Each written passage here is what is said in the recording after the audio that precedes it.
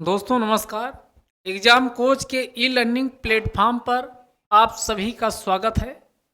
आज हम इस वीडियो में गवर्नर जो आपका टॉपिक चल रहा था पीछे, तो गवर्नर वाले टॉपिक में हमने क्या क्या समझ लिया था। गवर्नर की पावर्स यानी गवर्नर की शक्तियां हम आपको बता रहे थे। गवर्नर की शक्तियां यानी राज्यपाल की शक्तियां। टॉपिक क्या चल रहा था? राज्यपाल की शक्तियां। इंग्लिश में इसको बोलें तो इंग्लिश में इसे क्या कहा जाएगा? Powers of governor. तो हमने आपको इसके पहले क्या क्या अभी तक आपको बता दिया है। सबसे पहले गवर्नर की कार्यपालिका शक्ति हमने आपको बता दिया है विद आर्टिकल अनुच्छेद सहित, किसमें क्या लिखा गया। दूसरी हमने आपको क्या विधायी शक्ति भी दी है गवर्नर की।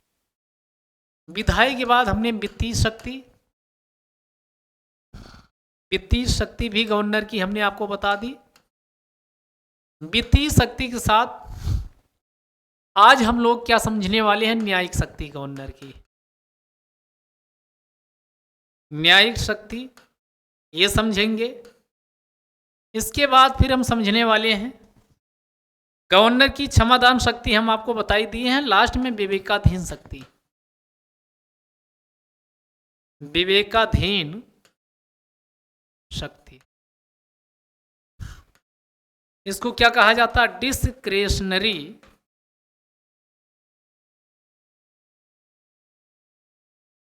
डिस्क्रेशनरी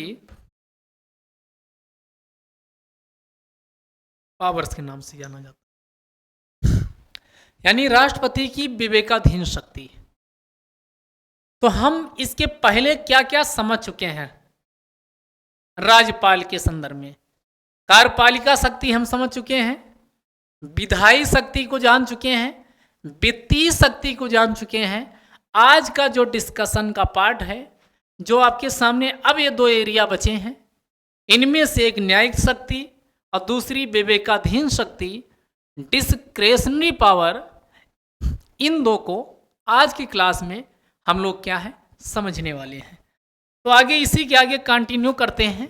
तो टॉपिक आप आज का जो हमारा डिस्कशन का पार्ट है, राज्यपाल की न्यायिक शक्तियां। तो राज्यपाल की न्यायिक शक्तियां,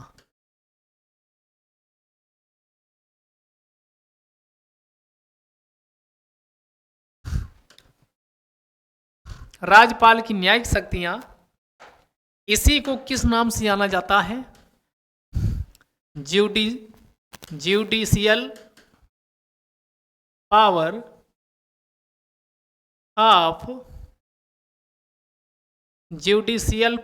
ऑफ गवर्नर।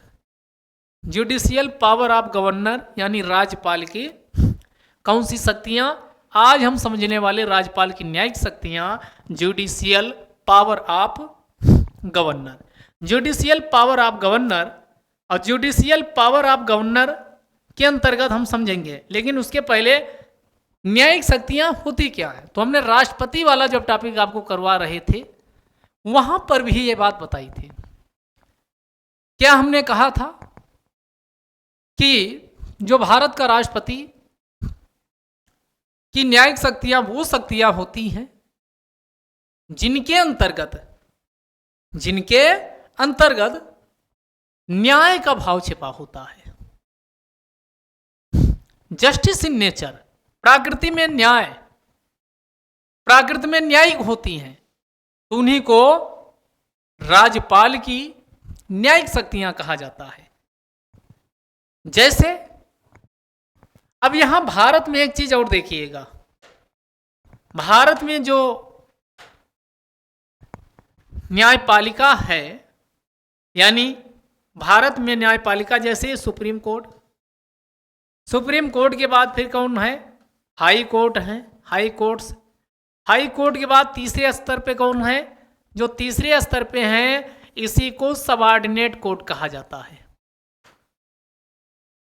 क्या कहा जाता? Subordinate court. आप कहेंगे ये चीज तो हम जानते ही थे, लेकिन अब आपको जो यहां से कई चीजें बताने वाले हैं। जो सुप्रीम कोर्ट और हाई कोर्ट के न्यायाधीश होते हैं, सुप्रीम कोर्ट व हाई कोर्ट के न्यायाधीशों की नियुक्ति हो, इनका स्थानांतरण हो, पद से हटाया जाना हो, सुप्रीम कोर्ट और हाई कोर्ट के न्यायाधीशों को नियुक्ति से लेकर के इनका हटाया जाना, ये कौन करता है? राष्ट्रपति करता है। भारत का महामहिम राष्ट्रपति के द्वारा किया जाता है। और सुप्रीम कोर्ट यानी ऊपर से जो उच्च हाई कोर्ट है और नीचे सबऑर्डिनेट या अधीन हाई कोर्ट है, इनमें ऊपर वाले के डिसीजन नीचे वाले न्यायिक इकाइयों को मानना होता है, बाध्यकारी होता है। और अगर अपने से उच्च हाई कोर्ट चाहे तो अपने के अधीन हाई कोर्ट के या सबऑर्डिनेट कोर्ट के डिसीजन को खारिज भी कर सकता है। जब इस प्रकार की व्यवस्था हो जाती है तो इसी प्रकार की न्यायिक व्यवस्था को क्या कहा जाता? यानी भारत में कौन सी न्यायिक प्रणाली है? इंटीग्रेट एकीकृत न्यायपालिका। भारत में एकीकृत न्यायपालिका की प्रणाली को अपनाया गया है। इंटीग्रेटेड जुडिशियल सिस्टम को भारत के द्वारा अपनाया गया है। तो भारत के द्वारा कौन सी न्यायिक प्रक्रिया अपनाई गई? इंटीग्रेटेड जुडिशियल सिस्टम को अपनाया गया। और यहाँ जो तीसरे स्तर पे है जिसे सबऑर्डिनेट कोर्ट कहा जाता है, जिसमें डिस्ट्रिक्ट जो कोर्ट हैं उनको प्रमुख रूप से शामिल किया जाता है। यानी जिला न्यायाधीश, जिला स्तर के जो कोर्टों का जिला कोर्ट आप सुने होंगे, जिला न्यायाधीशों की वहाँ पर नियुक्ति की जाती है। तो जो ये जिला न्यायाधीश हैं, अब यही प्रश्न आता है कि जो ये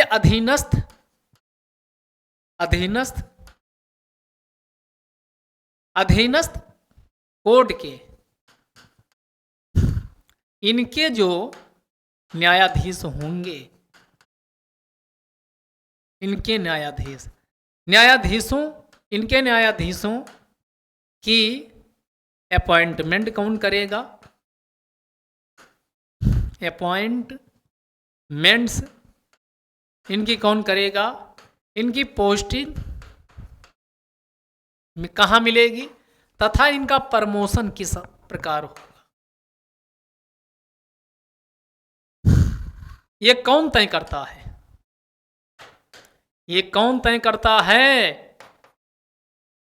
ये सब कौन तय करता? तो ये पावर है गवर्नर के पास।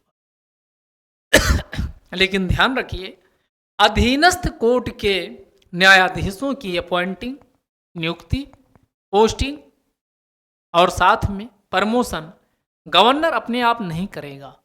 करने के पहले जो ये गवर्नर यहाँ पर लिखा हुआ, कहाँ ये गवर्नर, तो ये आपका ये गवर्नर जो है ये किसकी सलाह पे करता है? ये गवर्नर जो है या हाई कोर्ट के परामर्श के बाद, हाई कोर्ट से एक बार क्या कर लेता?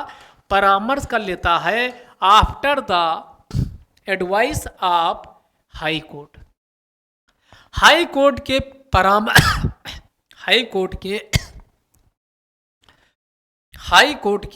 परामर्श के बाद, ध्यान दीजिएगा, हाई कोर्ट के परामर्श के बाद भारत में जो राज्यों के संबंधित राज्यपाल हैं और संबंधित राज्य के जो जिला कोर्ट हैं उनके न्यायाधीशों की नियुक्ति, पोस्टिंग, प्रमोशन भारत के राज्यों के संबंधित राज्य के राज्यपाल के द्वारा की जाती है। तो क्वेश्चन आपके एग्जाम में पूछा जाएगा, क्या क्वेश्चन पूछा जाएगा कि जिला न्यायाधीशों की नियुक्ति कौन करता है? तो आंसर आप क्या लगाइएगा? गवर्नर। जिला न्यायाधीशों की नियुक्ति किसके द्वारा की जाती है? तो जिला न्यायाधीशों की नियुक्ति गवर्नर के द्वारा की जाती है। किसके द्वारा की जाती? गवर्नर के द्वारा की जाती। और एक गवर्नर की कौन सी न्यायिक शक्ति है? तो गवर्नर की पहली न्यायिक शक्ति कौन सी हुई? गवर्नर की न्यायिक शक्ति।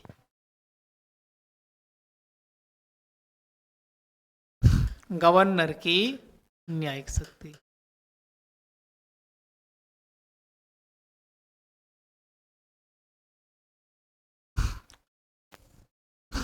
तो पहला पॉइंट आपने समझ लिया कि गवर्नर की न्यायिक शक्ति पहली कौन हो गई? तो पहली हो गई गवर्नर की न्यायिक शक्ति।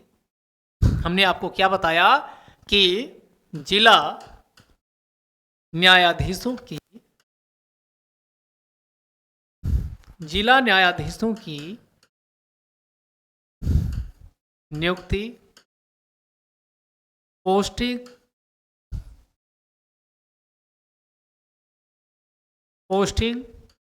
एवं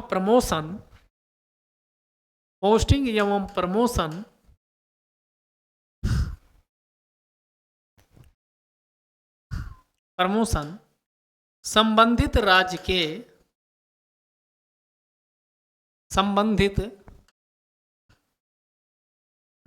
के राज्यपाल यानी गवर्नर, गवर्नर के द्वारा हाई कोर्ट, यहां हाई कोर्ट इसको अंडरलाइन कर लीजिएगा। हाई कोर्ट के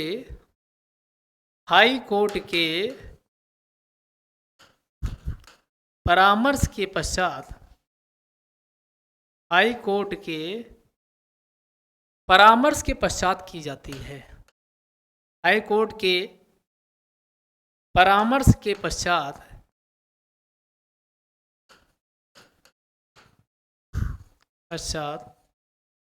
की जाती है।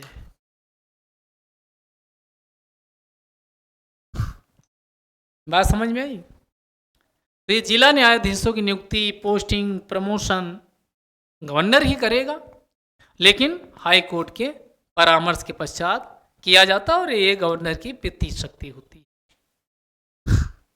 ठीक।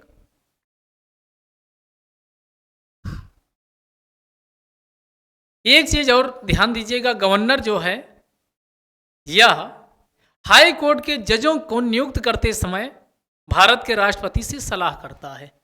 दूसरा इसमें अगर आते हैं तो हाई कोर्ट के भी न्यायाधीशों की नियुक्ति कौन करता है? हाई कोर्ट के न्यायाधीशों की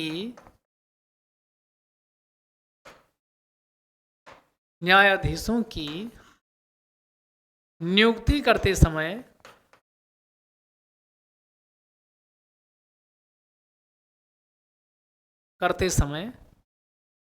न्यायाधीशों की नियुक्ति करते समय गवर्नर के द्वारा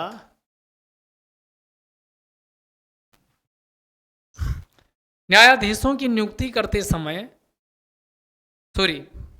ध्यान दीजिएगा यहां एक चीज, चूंकि हाई कोर्ट के न्यायाधीशों की नियुक्ति भारत के प्रेसिडेंट के द्वारा की जाती, लेकिन जब नियुक्ति करता है तो जिस राज्य में, मान लो उत्तर प्रदेश में न्यायाधीश की नियुक्ति होनी है, तो यहां का जो राज्यपाल होगा उससे प्रेसिडेंट सलाह लेता है। तो आपने क्या लिखा? अगर हम पीछे वाले पेज पे आए तो हाई कोर्ट के न्यायाधीशों की नियुक्ति करते समय गवर्नर संबंधित राज्य के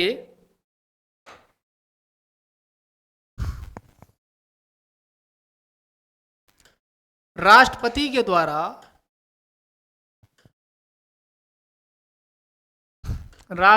के द्वारा संबंधित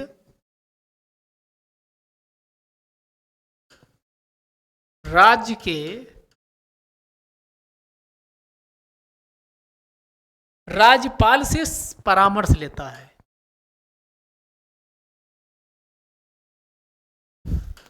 संबंधित राज्य के राज्यपाल से गवर्नर से परामर्श, राज्यपाल से परामर्श लेता है।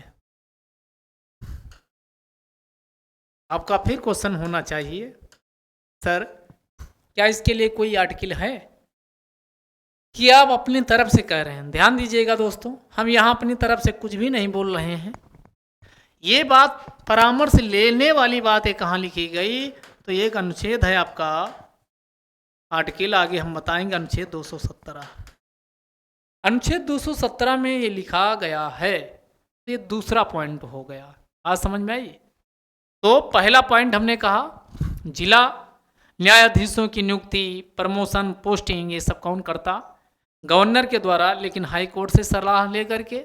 और राज्यों के जो हाई कोर्ट होते हैं उनके मुख्य न्यायाधीशों या अन्य न्यायाधीशों की नियुक्ति करते समय जो महामहिम राष्ट्रपति हैं उनके द्वारा उस संबंधित राज्य के गवर्नर से सलाह जरूर ली जाती है। तो ये भी जुडिशियल पावर आती है।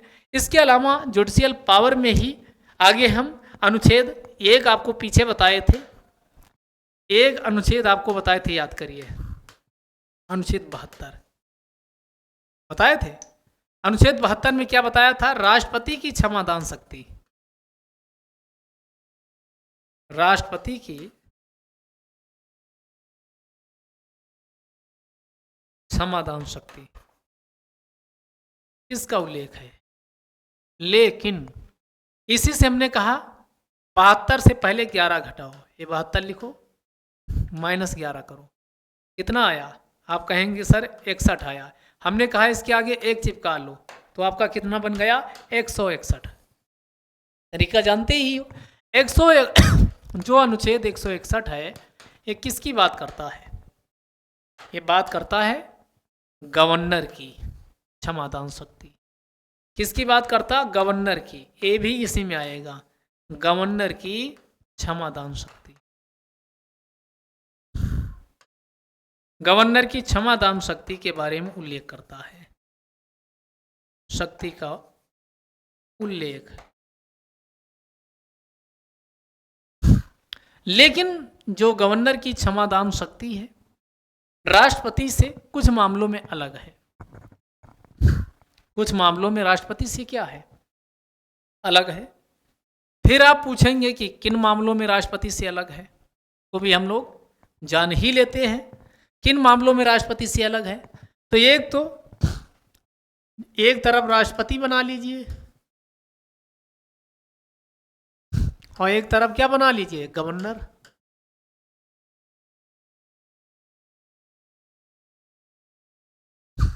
पहला तो संवैधानिक प्रावधान है, आप बता सकते हैं, यानी जो अनुच्छेद दिए गए हैं अलग अलग हैं। राष्ट्रपति के क्षमादान शक्ति का उल्लेख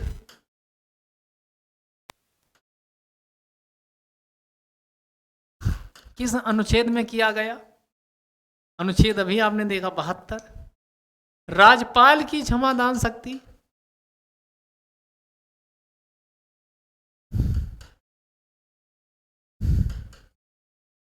क्षमादान शक्ति का उल्लेख कौन सा अनुच्छेद है? आपने निकाल ही लिया, अनुच्छेद 161। चूंकि राष्ट्रपति संपूर्ण भारत में उसका न्याय ज्यूरिडिक्शन लागू होता है, तो ये जो राष्ट्रपति का ज्यूरिडिक्शन क्षमादान वाला है, क्षमादान ये संपूर्ण भारत में किसी को भी ये क्षमादान कर सकता है। और ये गवर्नर का संबंधित राज्य के भूभाग में, संबंधित राज्य के भूभाग में लागू होता है। दूसरा, राष्ट्रपति को अगर किसी को मृत्युदंड दिया गया, मृत्युदंड को भी राष्ट्रपति माफ कर सकता है। राष्ट्रपति मृत्यु दंड को भी क्या कर सकता? माफ कर सकता है। लेकिन याद रखिए, मृत्युदंड को माफ करने की शक्ति राज्यपाल के पास नहीं है। मृत्युदंड को माफ करने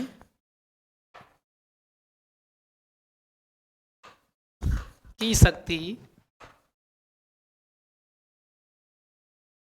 राज्यपाल के पास नहीं।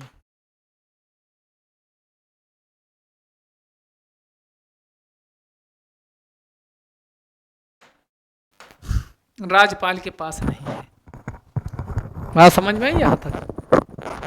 यानी किसी को मृत्युदंड, मान लो फांसी की सजा सुना दी गई, अब वही हम आपसे पूछते हैं, अगर किसी व्यक्ति को फांसी की सजा सुना दी गई है, अगर किसी व्यक्ति को फांसी की सजा सुना दी गई है, तो क्या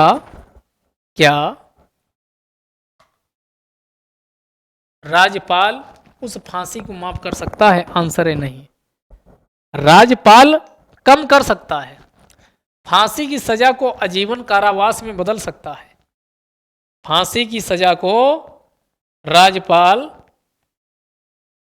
आजीवन कारावास में बदल सकता है, आजीवन कारावास में बदल सकता है, लेकिन उसे माफ नहीं कर सकता, उसे माफ नहीं कर सकता। इस बात को भी आप लोग क्या बिल्कुल दिमाग में रखिएगा कि उसे माफ करने की पावर नहीं मिली है। किसको नहीं मिली है? तो आपको ये क्लियर हो चुका होगा कि मृत्युदंड को राज्यपाल कम कर सकता है, फांसी की सजा को आजीवन कारावास या, लेकिन उसे सजा मुक्त नहीं कर सकता। सजा मुक्त करने की पावर केवल राष्ट्रपति के पास है।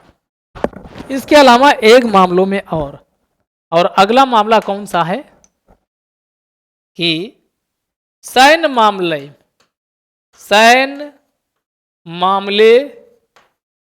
में भी, यानी कोई मिलिट्री मामला है, सैन्य मामला है, मार्शल लॉ से संबंधित कोई सजा किसी को दी गई है, मृत्युदंड से लेकर के किसी अन्य प्रकार की कोई भी सजा हो सकती है, उस सजा को भी भारत के राष्ट्रपति महामहिम को माफ करने का अधिकार मिला हुआ है।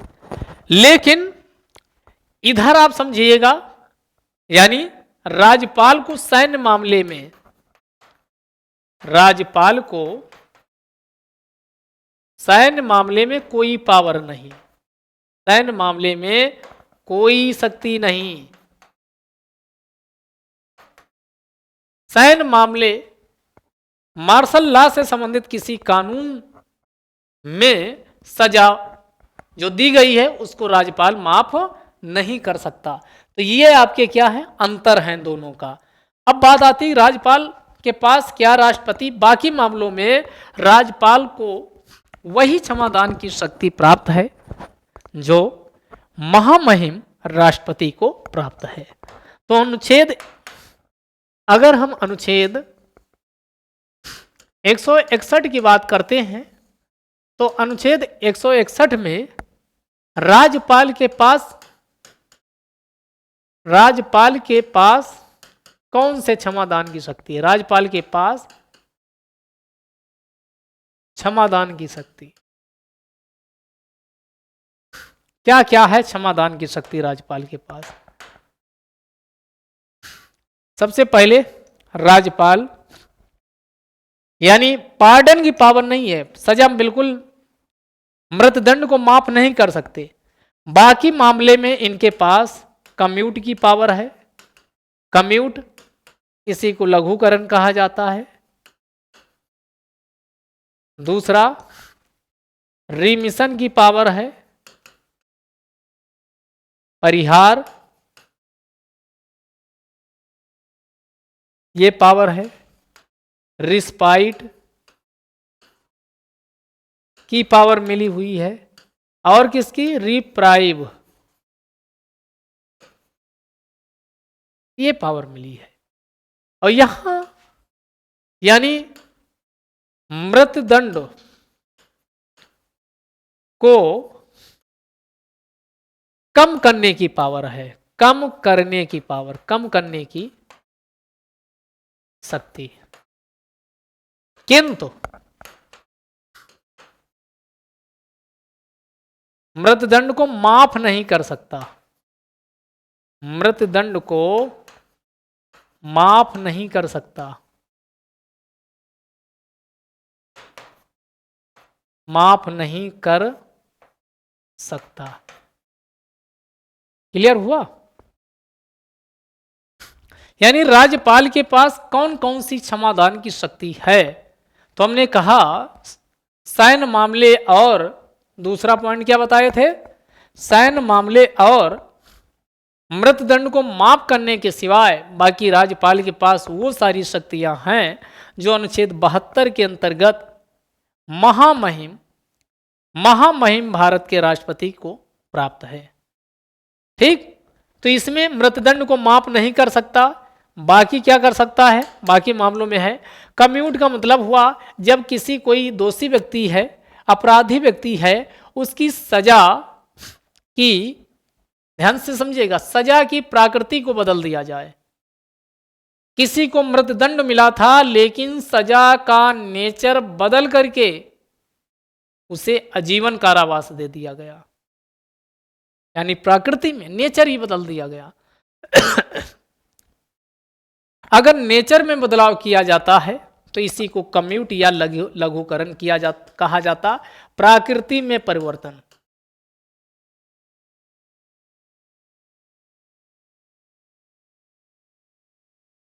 रीमिशन आपको पीछे भी बताए थे, जो मिशन आपने पहले बनाया था फेल हो गया, फिर आपको सब कुछ वही करना पड़ेगा, यानी सजा वही है, लेकिन हो सकता है कि समय कम लगे, अवधि को घटा दिया जाए, प्रकृति नहीं अवधि। आपको पीछे एग्जांपल दिए थे, मान लो किसी कोई व्यक्ति है, उसको खेत खोदने की सजा दी गई है कि 10 घंटे वो कुदाल लेकर के खेत की खुदाई करेगा, डेली 10 घंटे। तो नेचर बदलने का मतलब हुआ खुदाई करके अब कोई हल्का फुल्का खाना बनाने में उसको लगा दिया जाए, तो एक तो ये हो गया, तो ये प्रकृति में बदलाव हो गया। लेकिन अगर जो कैदी व्यक्ति है उसको अभी भी कुदाल लेकर के खेत ही खोदना है, लेकिन समय कम कर दिया गया, समय अब 10 घंटे की बजाय 5 घंटे 6 घंटे कर दिया गया। अगर 5 घंटे 6 घंटे कर दिया जाता है तो इसी को किस नाम से जाना जाता? इसी को कहा जाता है रीमिशन। इसी को किस नाम से जाना जाता? इसी को रीमिशन के नाम से जाना जाता है। रीमिशन समझ चुके होंगे। रिस्पाइट, रिस्पाइट आपको बताए थे। रिस्पाइट का मतलब हुआ स्पेसिफिक कंडीशन, विशेष परिस्थिति, स्पेशल सिचुएशन। मान लो कोई गर्भवती महिला है, उसका बच्चा होने वाला है, उससे उतना काम तो नहीं लिया जा सकता जितना एक सामान्य आदमी या एक समान औरत से लिया जाता, या वो सजा उसको मानवीयता यहां पर दिखाई जाती है। तो एक तो ये हो गया, और दूसरी बात हमने क्या बताया? रिस्पाइट का मतलब कोई विकलांग दिव्यांग है, दोनों पैर कटे हैं, एक हाथ नहीं, या किसी अन्य प्रकार की कोई दोष है, दृष्टि दोष से लेकर के अन्य शरीर का कोई भी अंग काम नहीं कर रहा, तो ऐसी दशा में उसकी सजा को कम कर दिया जाए। तो अगर स्पेसिफिक कंडीशन में, स्पेसिफिक कंडीशन में, कंडीशन या सिचुएशन में, सिचुएशन में सजा को क्या कर दिया जाता? सजा को कम कर दिया जाता है, तो इसी को रिस्पाइट के नाम से जाना जाता है। तो महामहिम राष्ट्रपति के साथ साथ राज्यों के जो राज्यपाल हैं उनको भी ये पावर मिली हुई है। सबसे लास्ट आपके सामने यहाँ रिप्राइव लिखा मिला होगा। प्राइव, इसका मतलब क्या होता है?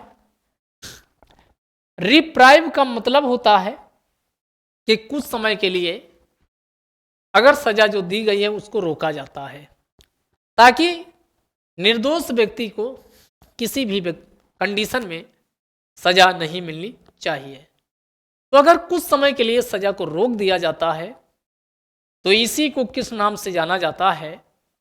तो इसी को रिस्पाइट के नाम से जाना जाता है, सॉरी रिप्राइव के नाम से जाना जाता है, ताकि वह राष्ट्रपति या राज्यपाल के पास मौका मिल जाए कि बाकी हो सकता है उसको गलत तरीके से फंसाया गया है, तो मौका मिल जाएगा। राज्यपाल या राष्ट्रपति को लगता है इसके साथ गलत हो रहा है, रियल में दोषी नहीं तो उसकी सजा को माफ भी कर सकते हैं, कम्यूट भी कर सकते हैं, रिमिशन भी कर सकते हैं, और रिस्पाइट विकल्प ये खुले होते हैं। तो ये सारे ऑप्शन उसके पास है, यानी करेक्टनेस के लिए, सुधार करने के लिए कि कोई गलती ना हो पाए, कुछ समय के लिए जो रोक दी जाती है तो सजा को, तो इसी को रिप्राइव कहा जाता है। या रिप्राइव किसको प्राप्त है?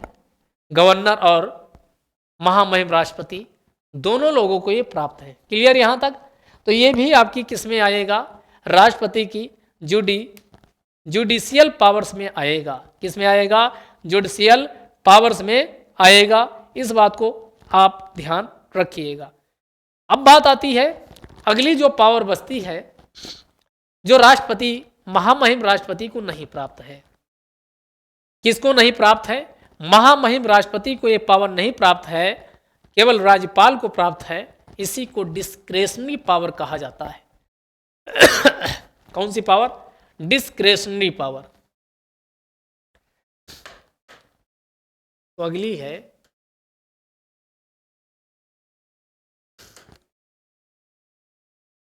डिस्क्रेशनरी पावर ऑफ गवर्नर, यानी राज्यपाल की विवेकाधीन शक्तियां।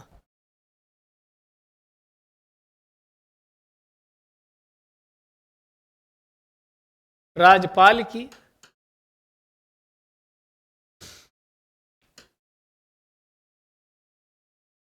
विवेकाधीन शक्तियां। विवेकाधीन शक्तियों का मतलब होता है कि नॉर्मल कंडीशन में राज्यपाल या राष्ट्रपति अपने मन से कुछ नहीं करता है। आर्टिकल आपको बताए थे नहीं है, वहां 74, यहाँ 163 आर्टिकल कि राज्यपाल को सहायता एवं सलाह देने के लिए एक मंत्रिपरिषद होगी, जिसका मुखिया कौन होगा? मुख्यमंत्री होगा, और राज्यपाल मुख्यमंत्री की सलाह पर ही कार्य करते हैं। ये बात आर्टिकल 163 में लिखी गई है। लेकिन कुछ ऐसी परिस्थितियां बनती हैं जब गवर्नर मंत्रिपरिषद की सलाह को मानने के लिए बाध्यकारी नहीं होता, वो अपने दिमाग, अपनी बुद्धि का प्रयोग जहां करता है, तो ऐसे मामलों में उसकी जो पावर होती है उसी को डिस्क्रेशनरी पावर या इसी को विवेकाधीन की शक्तियों के नाम से जाना जाता है। किस नाम से जाना जाता? विवेकाधीन शक्तियों के नाम से जाना जाता है, डिस्क्रेशनरी पावर्स के नाम से जाना जाता है। ध्यान दीजिएगा दोस्तों, ये कब कंडीशन उत्पन्न होगी? जब इसको डिस्क्रेशनरी पावर, विवेकाधीन शक्ति प्राप्त हो जाती है। ठीक, ये कब आपकी प्राप्त होगी? Discretionary power. डिस्क्रेशनरी पावर कब प्राप्त होगी? तो किन मामलों में इसको प्राप्त होती है? तो यहां पर एक ध्यान से समझिएगा कि जब एक आर्टिकल आपको बताए थे पीछे, याद होगा, अनुच्छेद 200।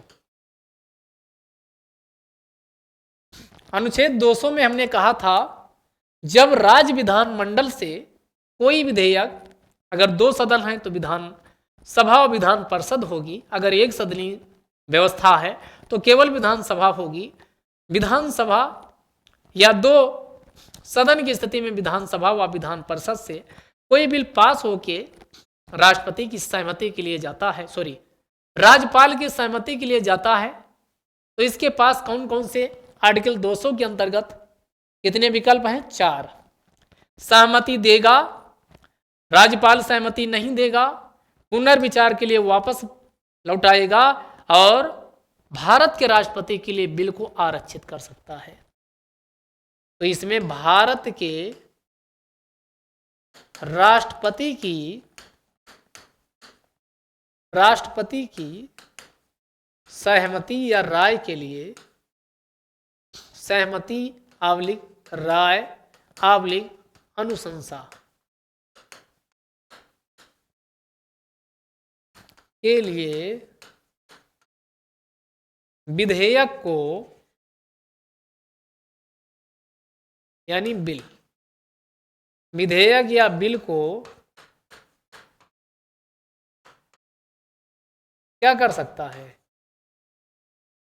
आरक्षित कर सकता है, रिजर्व कर सकता है।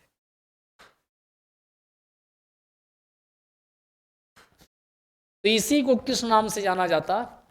ये राष्ट्रपति की विवेकाधीन शक्ति है कि किस बिल को वह आरक्षित करेगा और किस बिल को नहीं आरक्षित करेगा। तो ये आरक्षित किसको करेगा? ये राष्ट्रपति की विवेकाधीन शक्ति के अंतर्गत आता है। दूसरा, राष्ट्रपति शासन। विवेकाधीन शक्ति में अगला आर्टिकल कौन है? आर्टिकल 356। 356 में कहा गया यदि किसी राज्य का, यदि किसी राज्य का शासन संविधान के अनुरूप नहीं चल रहा है, संविधान के अनुरूप नहीं चल रहा है,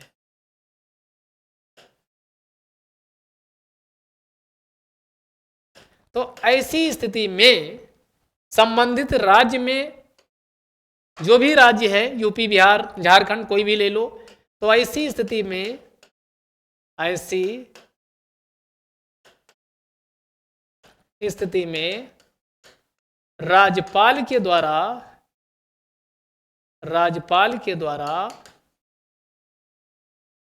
राष्ट्रपति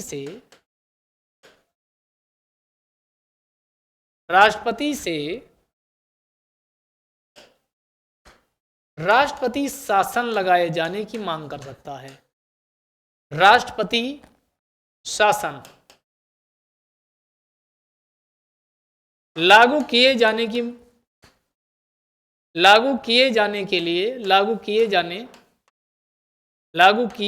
को कह सकता है, लागू किए जाने को कह सकता है।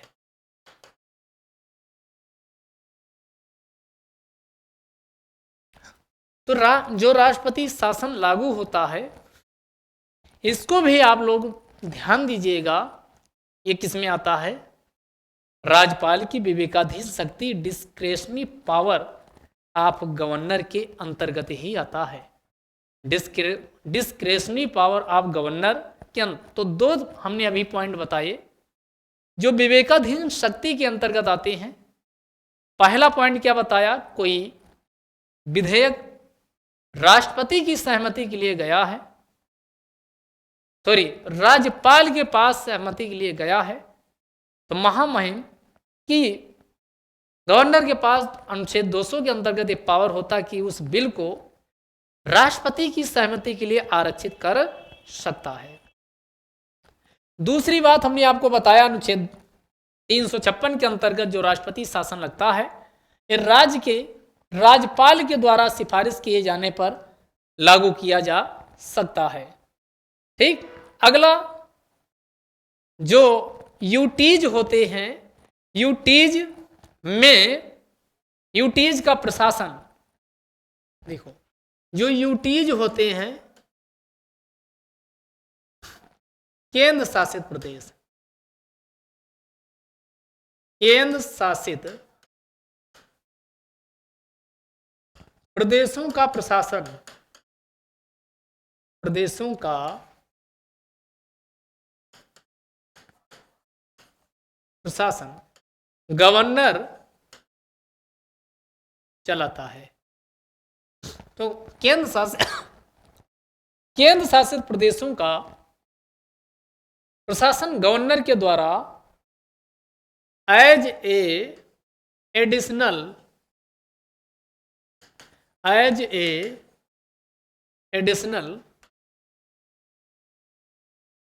चार्ज के रूप में।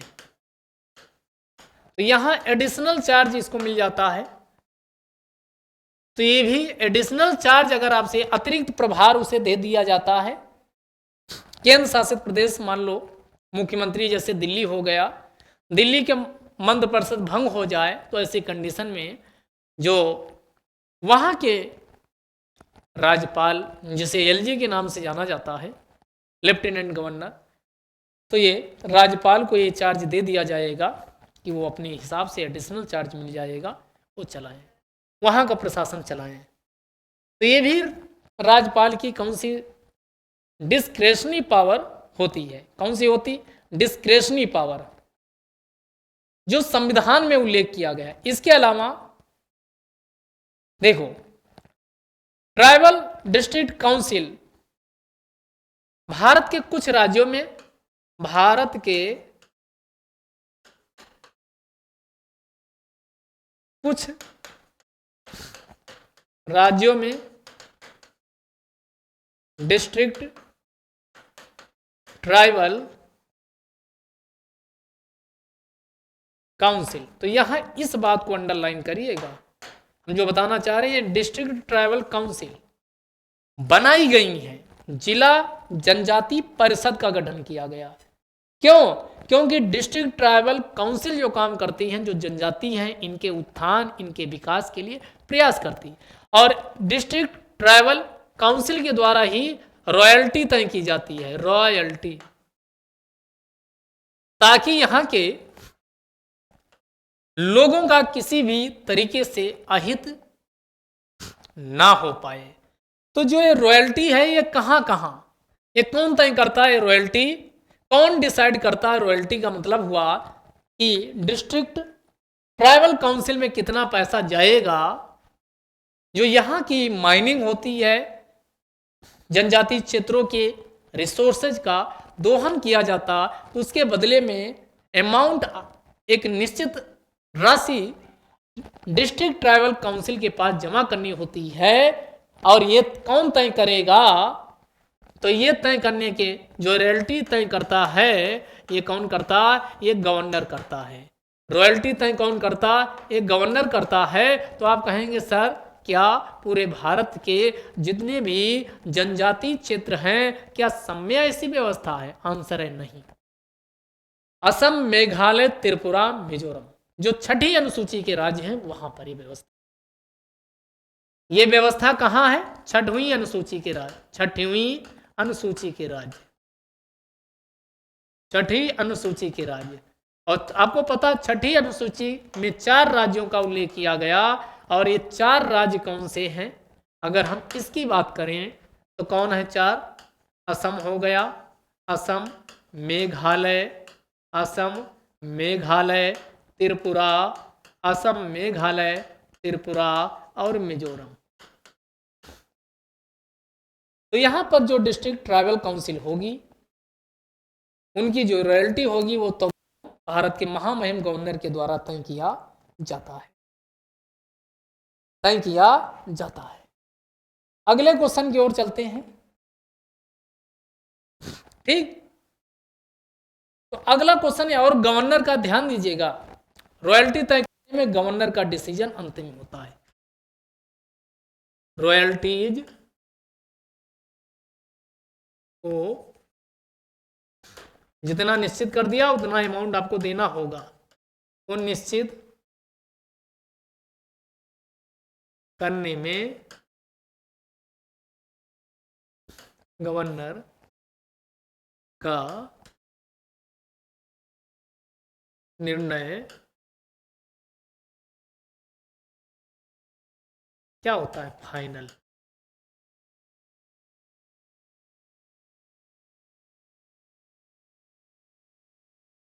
अंतिम होता है। डिसीजन क्या होता है? फाइनल होता है, अंतिम होता है। और ये जो आपकी अभी हमने पावर बताई, ये विवेकाधीन शक्ति ही है, लेकिन इनका संविधान में सीधे सीधे तौर पे उल्लेख किया गया।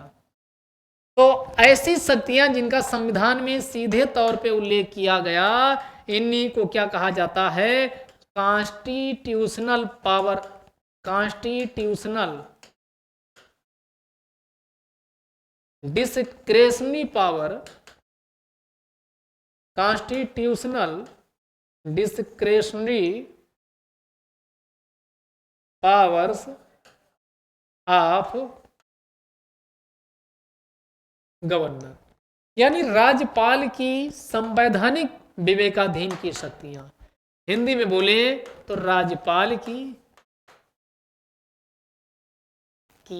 संवैधानिक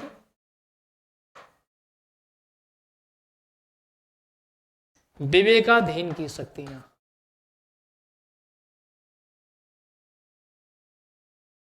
विवेकाधीन की शक्ति।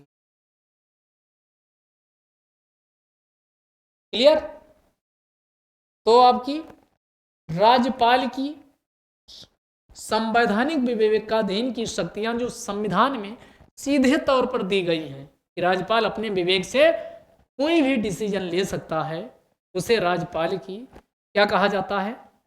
संवैधानिक विवेकाधीन की शक्तियों के नाम से जाना जाता है, जिसमें अनुच्छेद 200 किसी भी बिल को राष्ट्रपति की राय के लिए राज्यपाल के द्वारा आरक्षित किया जाना। दूसरा अनुच्छेद 356 राष्ट्रपति शासन लगाए जाने की सिफारिश करना राज्यपाल के द्वारा, ये दूसरा हो गया। तीसरा यूटीज का प्रशासन में एडिशनल चार्ज पाना, ये हो गया विवेकाधीन। चौथा हमने आपके अभी कहा कि छठी अनुसूची में असम, मेघालय, त्रिपुरा, मिजोरम जो राज्य हैं, यहाँ जनजाति क्षेत्र हैं, यहाँ प्रशासन के लिए और लोगों के उत्थान व विकास के लिए एक काउंसिल बनाई गई, जिसे डिस्ट्रिक्ट ट्राइबल काउंसिल के नाम से जाना जाता। और यहाँ पर रॉयल्टीज का प्रावधान है। रॉयल्टीज कितनी तय की जाएगी? गवर्नर को ये पावर मिली है, जितनी वो फाइनल कर देता है वो अंतिम होती है, उसमें किसी भी प्रकार का कोई किंतु परंतु नहीं हो सकता है। बात समझ में आई? अगला आपका कौन है? इसी में ये थी कौन सी, यानी constitutional discretionary power of the governor. अब हम जानते हैं राज्यपाल की परिस्थिति जन्य, राज्यपाल की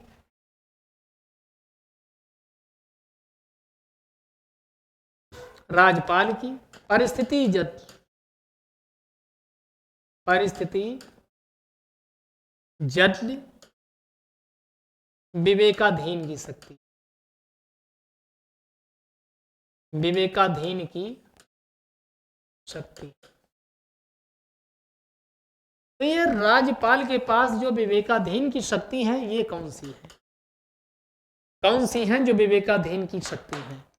इसको किस नाम से जाना जाता है? सर्कमस्टेंशियल। किस नाम से जाना जाता? Circumstantial discretionary power, discretionary power of governor.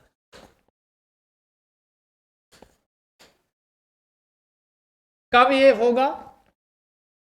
देखो, जब भी चुनाव हो, किसी भी पार्टी को पूर्ण बहुमत ना प्राप्त हो, आफ्टर इलेक्शन किसी को क्लियर कट मेजोरिटी नहीं प्राप्त होती है लेजिस्लेटिव असेंबली में, किसी भी, यानी क्लियर कट मेजोरिटी नहीं, क्लियर कट मेजोरिटी नहीं, तो ऐसी कंडीशन में, और एक क्लियर कट मेजोरिटी नहीं किसी भी राजनीतिक दल के पास, किसी भी राजनीतिक दल के पास, किसी भी राजनीतिक दल के पास, तब कोई पार्टी के पास पूर्ण बहुमत ही नहीं है, तो ऐसी स्थिति में या गठबंधन भी है, उस गठबंधन के पास भी पूर्ण बहुमत नहीं या कोई, तो ऐसी कंडीशन में राज्यपाल तय करता है कि किसको मुख्यमंत्री बनाया जाए या ना बनाया जाए। यानी ऐसी स्थिति में राज्यपाल के पास बिल्कुल परिस्थिति जन विवेकाधीन की शक्ति आ जाती है। दूसरी, अगर बहुमत खो देता है, अगर यानी सीएम बहुमत खो देता है, सीएम बहुमत खो देता है, खो दे यानी उसकी अविश्वास बहुमत खो दे, सीएम बहुमत खो दे, तो ऐसी कंडीशन में भी क्या किया जा सकता है? बहुमत खोने की स्थिति में भारत के जो संबंधित राज्य के राज्यपाल हैं, राज्यपाल बहुमत साबित करने के लिए, बहुमत साबित करने के लिए फ्लोर टेस्ट के लिए कह सकता है कि आइए सदन में आइए, अपना बहुमत साबित करिए। जो ये फ्लोर टेस्ट सदन में ही होगा, ये फ्लोर टेस्ट जो एक्सेप्ट किया गया, ये एक केस है। एक केस भी ध्यान रखिएगा सुप्रीम कोर्ट का 1994 का SR Bombay case, SR Bombay case, SR Bombay case 1994 के एसआर बम्बई केस में कहा गया फ्लोर टेस्ट कहाँ होगा? संसद के पटल पर होगा। इसके अलावा अगर बहुमत खो जाता है, बहुमत खोने की स्थिति में, बहुमत खो जाने की स्थिति में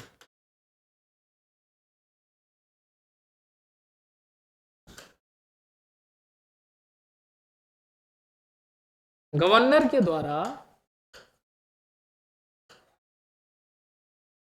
किसको लोकसभा को विधानसभा को भंग भी किया जा सकता है।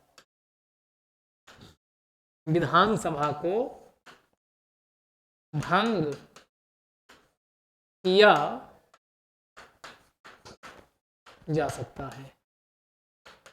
तो डिसोल्यूशन ऑफ विधानसभा, जो डिसोल्यूशन ऑफ विधानसभा की पावर है, डिसोल्यूशन ऑफ स्टेट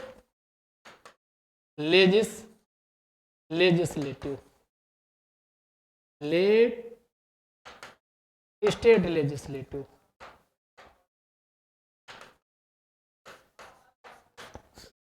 इसका डिसोल्यूशन हो जाएगा। ये भी राज्यपाल की कौन सी शक्ति है? ये भी राज्यपाल की परिस्थिति जन्य विवेकाधिकार शक्ति के अंतर्गत आता है। परिस्थिति जन्य विवेकाधिकार शक्ति के अंतर्गत आता है। तो आज हम लोग क्या समझे हैं? राज्यपाल की कौन सी शक्तियां? विवेकाधीन शक्तियां। और विवेकाधीन शक्तियों में भी दो चीजें हम समझे हैं, एक परिस्थिति जन्य विवेकाधीन शक्तियां और दूसरी कौन सी? संवैधानिक। तो दो प्रकार की शक्ति हम समझे हैं। कल की क्लास में हम राज्यपाल को जो स्पेशल रिस्पांसिबिलिटी भी दी गई है वो समझेंगे।